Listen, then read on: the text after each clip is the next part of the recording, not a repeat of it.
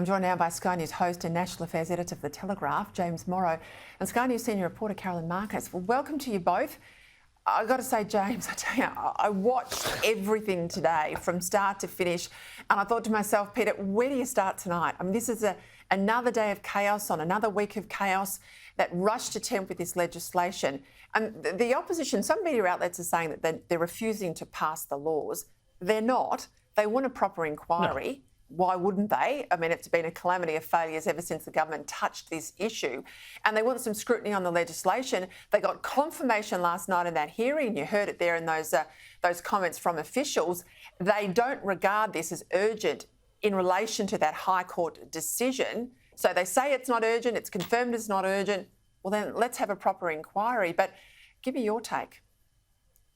Well, yeah, I mean, look, I think the thing that's happened here, Peter, is that Labor, having been caught on the back foot with the legislation over NZYQ and then trying to blame the coalition for playing politics, has now decided to go in the other direction, but they've been caught out on this. You know, they thought what they would do is say, oh, this is really urgent, this is really important, and then, you know, force it through in the last couple of days of Parliament. As far as I know, they actually had this legislation ready to go on Friday, and yesterday the coalition got a call at 7:30 in the morning saying, hey, have a look at this. So you can see what this is all about. But it's all blown up spectacularly in their face. And it's a huge embarrassment, Peter, for the government to have the coalition, the team up with the Greens and the crossbenchers in the Senate to say, hang on. There are processes here.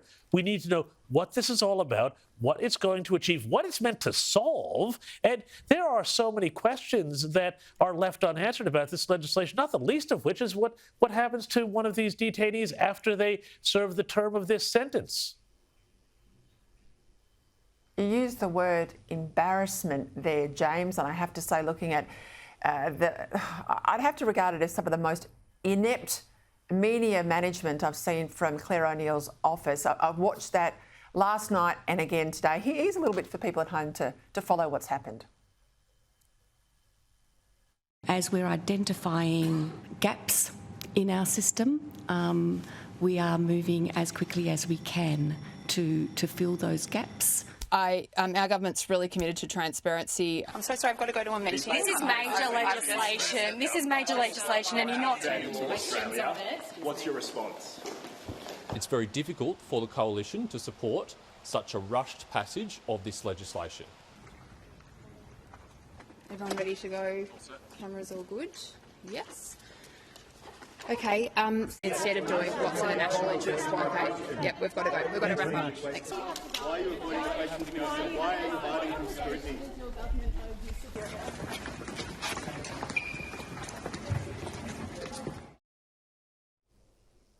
Carolyn, you've been in the media a lot longer than me. I've been around that building probably a lot longer than you. I mean, when you start having the Parliament building look like the scenes out the front of a criminal court, you know, cameras chasing ministers down corridors, as we've seen in the last 48 hours, it's a shocking look. And I'd say there as a staffer, that minister is on death row. Look, Peter, I have been in the media a long time. A lot of that time has been spent at court and chasing bad guys on current affairs shows. And let me tell you, I have one tip for you. Whether you are a dodgy tradie or you are a federal minister, do not run from the cameras. Do not treat the journalists with contempt, because all you do is make yourself look shadier and hand the journalists an even bigger story. That's the type of footage that we would use on television as promotional material, because it is more dramatic than just stopping and answering a simple question, which is what she could have done in reality. I mean, surely it's comms 101 not to do that.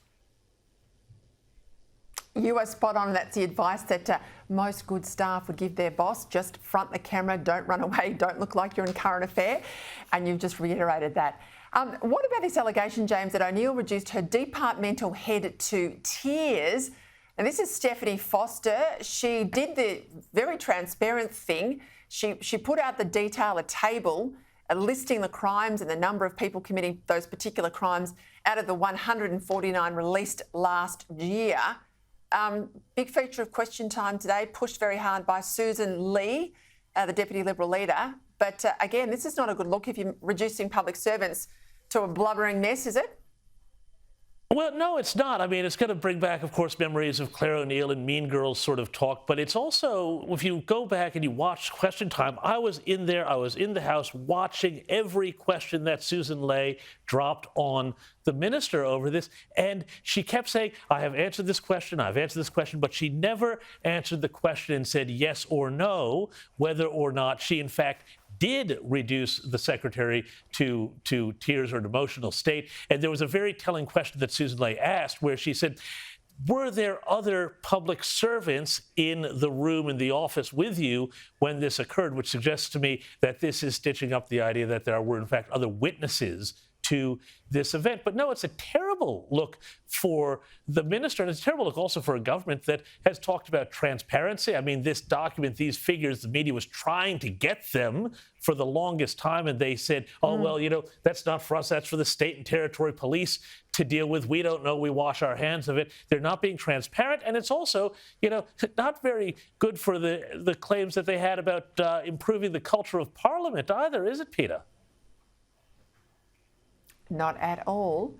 Our good friends, Caroline, at the ABC RMIT Fact Check Unit, they've had to issue a grovelling apology to Dick Smith after they published a report on renewable energy that he claimed was full of lies. Smith spoke to Chris Kenny, of course, on Monday and said he was getting legal advice on the issue, which I think probably led to this apology. What did you think? Well, it was extraordinary because they spent about a day trying to defend this fact check unit's report initially, and then they had this incredible back down, which, as you point out, probably had to do with a legal letter, and then posted a written apology online to Dick Smith. They basically accused him of saying that Australia should use nuclear energy and that he was bagging renewables. But he's pointed out he never did that. He never said that we shouldn't use renewable energy as part of the mix. He said we should simply look at adding nuclear to that mix. And it was clear that the fact check unit had taken him completely out of context and been utterly misleading on it, which they've apologised now for. But I don't need to tell you, Peter, about how woeful these fact check units have been, whether they are the RMIT one that the ABC relies on or the one that Meta or Facebook uses. With your own experience when you talked during the Voice campaign about the Uluru Statement from the Heart being more than that one page that the government and the Yes campaign was trying to push that it was. In reality, it was many more pages than that. And yet the fact check unit for Facebook tried to insist that this was somehow false information. I mean, time and again, we've seen how they lack any sort of integrity, and that they're really completely useless because when it comes to fact checking, they're the ones that need to be fact checked. Spot on. James and Caroline, have a lovely Easter. I'll catch up with you both on the other side of next week.